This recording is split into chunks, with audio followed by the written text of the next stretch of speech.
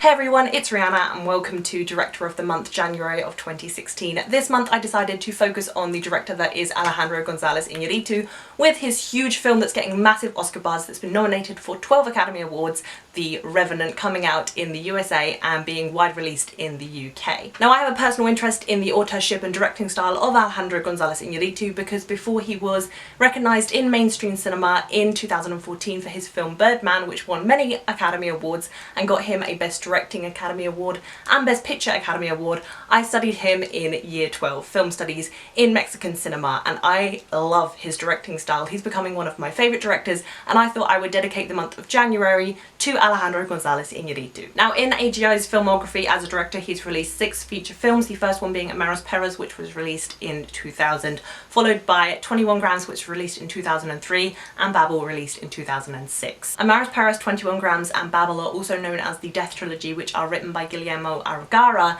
and there has been some controversy whether or not the authorship of those 3 films belong to the writer or the director, but since I'm focusing on Alejandro González Iñárritu, I'm going to be focusing on all 6 of his films as a whole, what they have in common and what he does as a visual director. After he directed the Trilogy of Death, AGI went on to tell his own original story in the 2010 film starring Javier Bardem, Biutiful, and then Birdman in 2014 and The Revenant in 2015. Even when it comes to the questionable authorship of the Trilogy of Death, Alejandro González Iñárritu's filming style is particularly recognisable in all of his films. He tells such humane stories and pays so much attention to detail, it's unmissable. Particularly in Amaros Perez, that tells 3 stories across Mexico City, you can see that Alejandro González Iñárritu has paid close attention to the stories, the characters, and how they live their lives. In a gritty, realistic scene, you can see visually how Alejandro González Iñárritu has planned it out and how he wants his actors to portray this scene and these characters. When the scene transitions from a working class character to an upper middle class character, you can see how Alejandro González Iñárritu has planned this out stylistically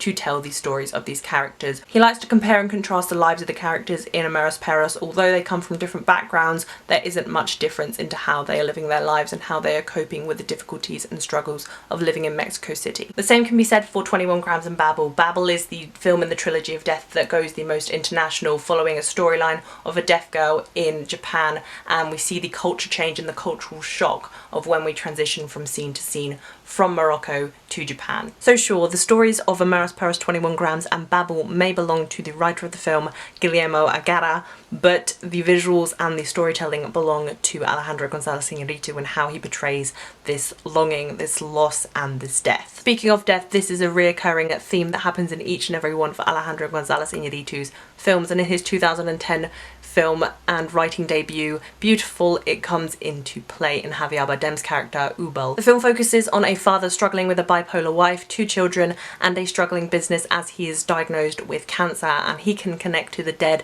and bring messages back from those who have just passed. It focuses a lot on death, acceptance, and self-reflection, which is another theme that comes into play in each of his films. More recently, in his 2014 film Birdman, or The Unexpected Virtue of Ignorance, the main character Regan is all about self-reflection. It's all about being relevant and what Hollywood is like today. It's all about the self-reflection of the main character in this film and whether or not he wants to die or whether or not he wants to live. Although apart from the Trilogy of Death, none of Alejandro González Iñárritu's films are similar. There are reoccurring themes of death, loss, moving on, and self-reflection, and self-reflection comes definitely into play in the survival film that is The Revenant, which came out in 2015 starring Leonardo DiCaprio.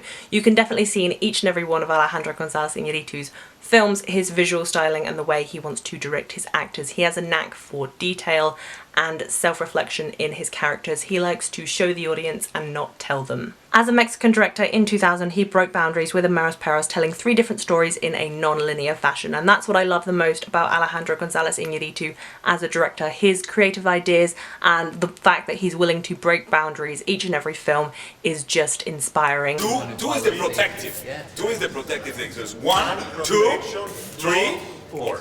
From the long tracking shots in Birdman to the natural lighting and on-location shooting of The Revenant, Alejandro González Iñárritu likes to go above and beyond and push himself that little bit further each and every time he commits himself to a film. I don't think you'd catch Alejandro González Iñárritu directing just any film. I think every single film he has is a passion project, and he puts his heart and soul into the story because he likes to tell humane stories, and that's what it's all about. It's about self-reflection and humans and what it means to be human. Even when Alejandro González Iñárritu did get recognised in mainstream Hollywood cinema with Birdman, he still doesn't do anything to the standard form of films. He likes to do things differently, and that's what I love about him as a director. He likes to put his creative passion into each film, not doing things as standard Hollywood films would do them. His work with cinematographer Emmanuel Lubezki on Birdman and The Revenant has just made magical things happen, and even though they have the budget of Hollywood films in The Revenant and in Birdman, you could also class these films as independent films. So over the past couple of years, Alejandro González Iñárritu has been recognised more in mainstream Hollywood cinema than in the Spanish-speaking Mexican cinema genre. I think he still knows what he wants to do in terms of themes of his films. What would I like to see Alejandro González Iñárritu do next? Anything, as long as Emmanuel Lubezki is his cinematographer. These two as a pair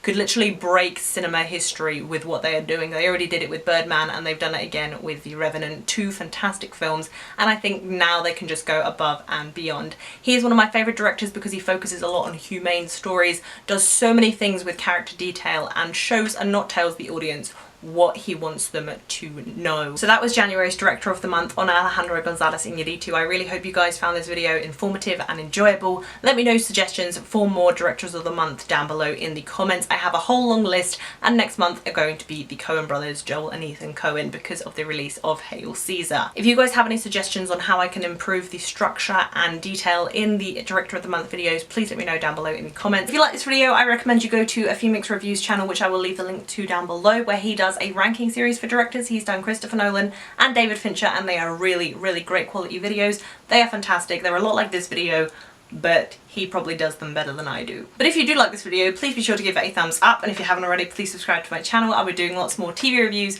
and movie reviews for you guys very soon. All my social media links, including my Twitter, Facebook, Instagram and Letterboxd, can always be found down below in the description. That's all I have for you guys today. Thank you so much for watching Director of the Month January 2016. I will see you guys very soon. Bye!